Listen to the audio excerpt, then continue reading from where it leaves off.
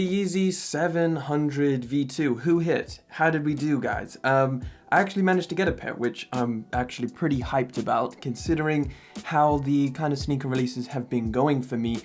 I'm pretty happy with that. You know what, I actually think that a decent amount of people hit. I put up a poll, as we all do, on Instagram, you know, the W or L after the release, and actually a decent amount of people were like, yeah, we got a W. So I'm happy about that. That's really good. Considering like the introduction to the Adidas Confirmed app for a lot of us in the new regions, like I know here in the UK and the EU, the introduction was the Yeezy 450 release, which was pretty terrible in my experience, at least. A whole bunch of errors. Of course, they did the Q drop on that. So let me know if you did manage to get the Yeezy 700 V2 cream. Anyway, we do have some other Yeezy news, which is actually pretty big. Like, a lot of people are talking about this one, and of course it is the new kind of different Yeezy 350 V2, specifically called the Mono Pack. Been loads of different like leaked images and pictures going around of these 4 different colorways of new Yeezys that we're supposed to be getting for the summer. So we've got the Mist in the top left-hand corner, that's that kind of brownish color. We've got the Cinder, which is the black. We've got the Ice, which is the beautiful blue and white colorway. And then we've got the Clay in the bottom right corner. Now, all of these, I think, are really solid colorways for a Yeezy 350. Man, it just seems like whenever there's a new, anything modified with a Yeezy 350, there's a lot of attention that gets put onto it. So I'm gonna quickly go to this next article because there's some really in-depth images and on-feet images, which those ones were just the render. So look how good specifically this Ice colorway looks. Like, I think this baby blue color is kind of like popping up on a lot of different sneakers. This is definitely a color option of the year. So I guess the big thing we need to talk about here is the materials, because they do look plastic. And I would kind of say, yes, this is pretty much a plastic pair of Yeezy 350s, almost like a plastic webbing or kind of knitting that goes on. Pretty much what you need to think about is the 350s with the plastic or semi-translucent stripe, right, that went down the side. Just imagine that, but everywhere on the Yeezy 350 upper. That's what these are. Even the laces. Look at the laces. They are also made out of that plastic knit material. They look very alien-like. Of course, there's a cage underneath the knit, of course, because the upper is pretty much translucent, or it's semi-translucent.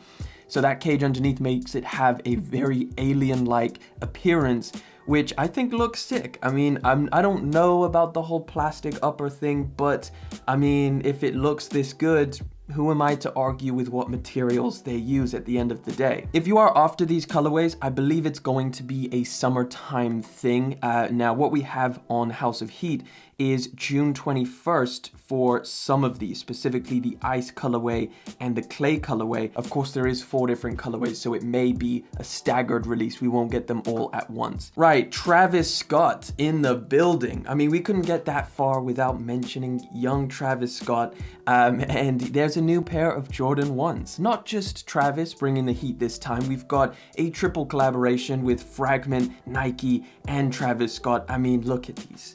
What the hell do you think is going to happen? It's going to be chaos. This is probably going to end up being maybe shoe of the year. I don't know. It depends what they have coming in the future, but just considering how much hype was around that first Travis Scott Jordan 1, this one just cannot be that far off, considering it's a triple collaboration, considering it's a very nice color blocking. So anyway, this is an actual image of the shoe. I think so far all we've really seen is some blurry images of Travis wearing them, and of course some rendered images. So this one right here I think is the clearest look that we have. So it's pretty much the Fragment blue that we had on the Fragment Jordan 1 mixed with a sail and a kind of white color with, of course, the black backward swoosh, which everybody loves, and pretty much the same design makeup as the Travis Scott Jordan 1 that we saw in kind of like the brown color, including the stamp on the back of the Cactus Jack logo and then the Fragment on the other pair. It's going to be a crazy release, and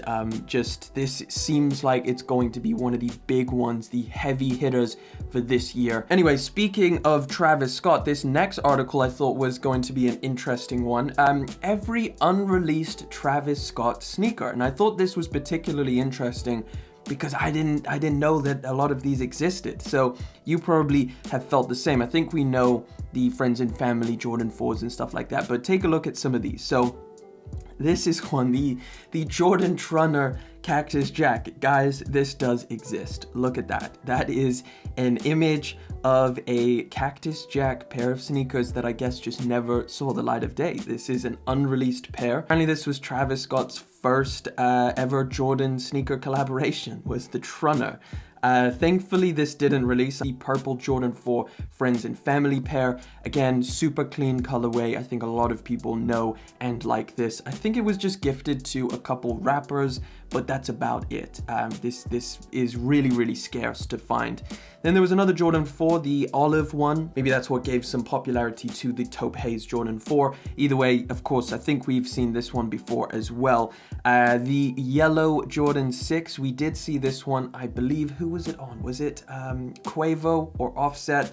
One of the Migos was wearing this, I believe, and that's where we kind of saw it. But again, this is just another friends and family pair that never saw the light of day. It's super interesting to see these. The British Khaki Air Jordan 6. Now, this one's supposed to be releasing this year as well. So yeah, it's unreleased, but should be coming down the line, whereas I think the other ones have been done and dusted and are not going to release. Of course, the Fragment and Air Jordan 1 Low. Whether we see a low and a high, that is still in the question.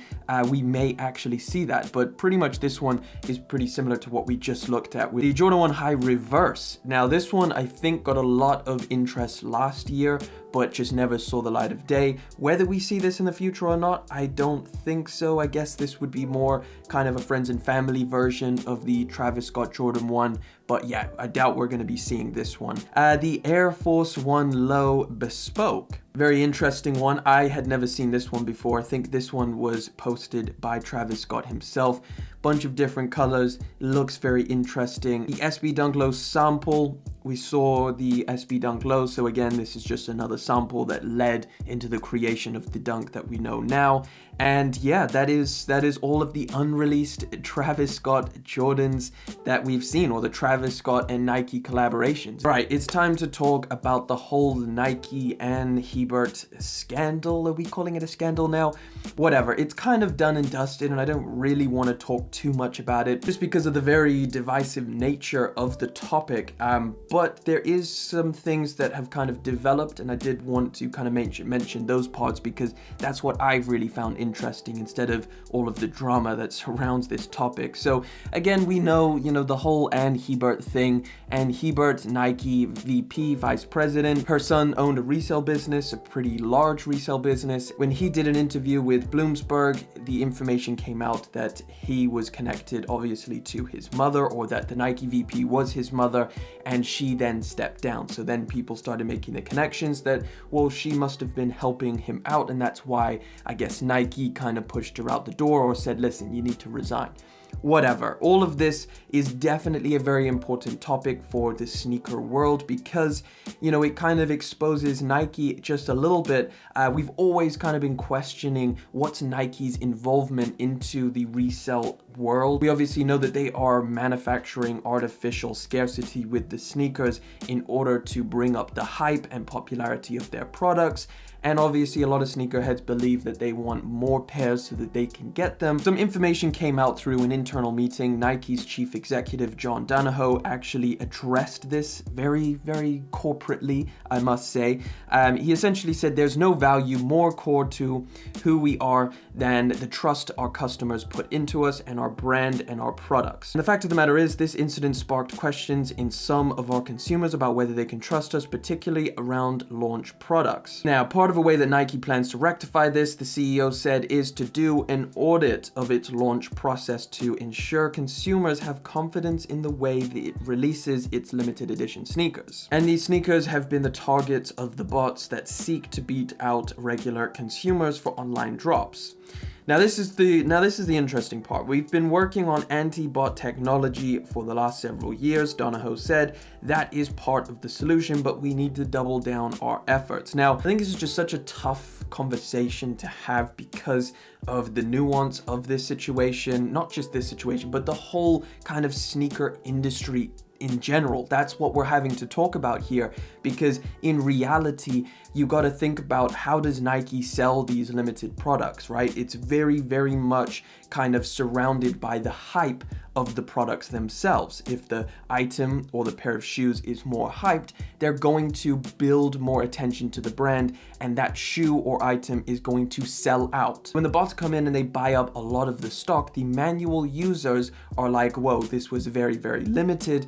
They kind of are led to believe that the scarcity is a lot higher than it probably is, which then leads to more hype. It leads people to be angry at the Nike Sneakers app and tweet about it, which means more publicity for Nike. So I guess the question in my mind is like, how beneficial is it for Nike to cut down the use of bots or eliminate it completely? Now, again, it could be. And I guess for us sneakerheads, it would be massive. We would be able to buy more pairs of sneakers or get the sneakers that we want without having to look to the resale market, but it's just all very, very confusing. My end point to all of this rambling is, what would Nike do to actually stop bots? I mean, bots are not just a one-size-fits-all program. They are developed by very intelligent people who are able to kind of change things up for different releases. So they probably would be able to find a way around this. I don't know if there's any way that companies could actually eliminate bots. There may be, but we have yet to see it. Do you know when we were talking about the Yeezys and I was telling you about the ice blue, the light blue color being the color of the year, where we've got another Nike Dunk Low in the university blue colorway, not to be mistaken with the Coast colorway that released recently, okay? This is different completely. So, I mean, why are you even making that connection that this looks the same? Please. Yes, this is pretty much the same as the Coast colorway as far as I can see, white and baby blue, but this is called University Blue instead of the Coast colorway, and this is now going to be a full size range, so not just for the women. I think this is an awesome colorway. I think a lot of guys wanted this pair of shoes anyway. It's just super clean on a Nike Dunk Low. I definitely wanted this one, but it seemed to be the one that was the most popular, as we're seeing with a lot of the light blue colors this year. So this one is definitely going to be very popular. Now, this one has a release date for sometime this kind of Q1, I believe, or at least it's early 2021, the release date for this. I don't think we have an exact release date just yet, but expect more sizes of the Coast colorway and it being renamed to University Blue. Last year, a lot of people were talking about the Supreme Jordan 1 collaboration. That's still happening. That is still happening. Now, we have kind of not been seeing any official images of this. However, this article through Hypebeast is saying that yes, it is still happening. So they say, although not much has surfaced, the rumors note that Supreme has developed 2 colorways for the Air Jordan 1 High OG. It is also important to note that there will be no stars involved. Of course, we saw the little stars on the Nike Dunk Low and the High, so it is expected that the Jordan 1 won't have any of those stars. I really think I've seen pairs of the Jordan 1 with the stars, like maybe those were fakes or they were rendered. Apparently we are still getting a Jordan 1 and it will not have the stars, which I don't know if I particularly dislike the stars. I probably do dislike the stars actually, if I have to think about it. Would definitely like to see what Supreme has to offer when it comes to the classic Jordan 1. We will start seeing more and more information come up soon. I just wanted to let you guys know, apparently this is still happening. Right, what you know about NFTs, right? Whoa, you didn't think I was gonna bring that one up today, did you? Well, yes, I am. All right, for anybody who doesn't know about NFTs, this is going to be very confusing. Let me just give you a little brief rundown of NFTs, right? Okay, one sentence. I'm not gonna explain it too much. So what is an NFT? Here's a great article by Hypebeast that kind of explains it. NFT stands for non-fungible token. These tokens exist on a blockchain and are unique and cannot be replicated. In other words, if you own a particular NFT, it cannot be interchanged with something else. It is a technology which enables true ownership of any digital asset or good. So that's all the explanation of an NFT you're gonna get, but the main story here is a sale of virtual sneakers raised 3.1 million USD in 7 minutes. You understand the kind of money that's being thrown around when it comes to NFTs? Like, we're just talking about the sneaker niche, right? We're not talking about the whole NFT market as a whole, which is ridiculous. Like, we're talking millions and billions are in the NFT world. So anyway, I just wanted to mention this because I thought this was pretty interesting. So the brand RTFKT Studios did a collaboration, I believe, with an artist who is 18 years old called Fuchsius. Fuocious. They basically did this collaboration, and here's a little look at the release. So I'm gonna play these videos. Sneakers actually look pretty cool. So here's one, very Air Force One look-alike. Of course, there's a huge popularity for customized Air Force Ones. Anyway, this whole sale that went down of these 3 sneakers, they managed to pull through 3.1 million USD. The actual charm necklace thing, that sold for 88,000 USD. Keep in mind, this is for the digital rights of this pair of shoes, right? I think they do actually get a physical copy as well, or a physical pair of the shoes along with it. So in total, across 3 styles of sneakers was made available, over 600 pairs were sold, reaching a total of 3.1 million. So that was just the sneakers, 3.1 million. Like, we all know you can buy and sell sneakers, or like, for example, if you have a pair of Chicago Jordan 1s, they're going up in value, right? This is like an asset, and people are treating sneakers like assets or investments. Now, there's a few different companies that actually make it so you can invest in shares of sneakers. I actually got approached by a brand who does this to kind of do a sponsored video, and I definitely wanted to learn a lot more about it, because at the beginning I was like, what the hell, you're buying shares like you would of a company, but it's a pair of shoes? That doesn't make much sense. But when we consider some of these shoes, like for example, in another story, we had a pair of signed Chicago Jordan 1s that were worn and signed by Michael Jordan. Those were on eBay for $1 million. So yes, these are very, very valuable things, just like a painting or a piece of artwork. This is what's kind of going on with sneakers. So when it comes to NFTs, it's no surprise that they are kind of falling in a very, very similar matter. And it's just coming up with crazy designs like this. And then last one, we're gonna end this one on a funny note. KFC, you are coming through into the sneakers game. So we saw KFC collaborate with Crocs on those crazy Crocs with the chicken thing on the front. They're now coming with some couch side kicks that very closely resemble an Air Jordan 4. So KFC Canada is launching the KFC Couchside Kicks to transform courtside fashion into a courtside experience. Designed for watching games in front of the couch of one's own space, the new offering is a unique sneaker-esque slipper with the original Colonel Harland Sanders inspired details. Canadian sneakerheads will have to virtually line up to get their hands on the pair of the KFC Couchside Kicks through a limited bucket drop release on March the 11th, which of course has already passed. But what the hell, KFC? What the hell are you doing coming through to the sneaker game with your puffy couch side kick? It's interesting. I do not know how well these did. Like, are they reselling, or was there any interest in this? Anyway, that pretty much wraps it up for the stories. I thought I'd end it off with that one, but hey, take care, everybody. Thank you so much for coming through, hanging out with me for yet again another video. Hope you found today's episode enjoyable. Let me know what you think about some of the stories we had today. Either way, thank you so much for liking, commenting, and of course subscribing. I will catch you all in the next one. But until then,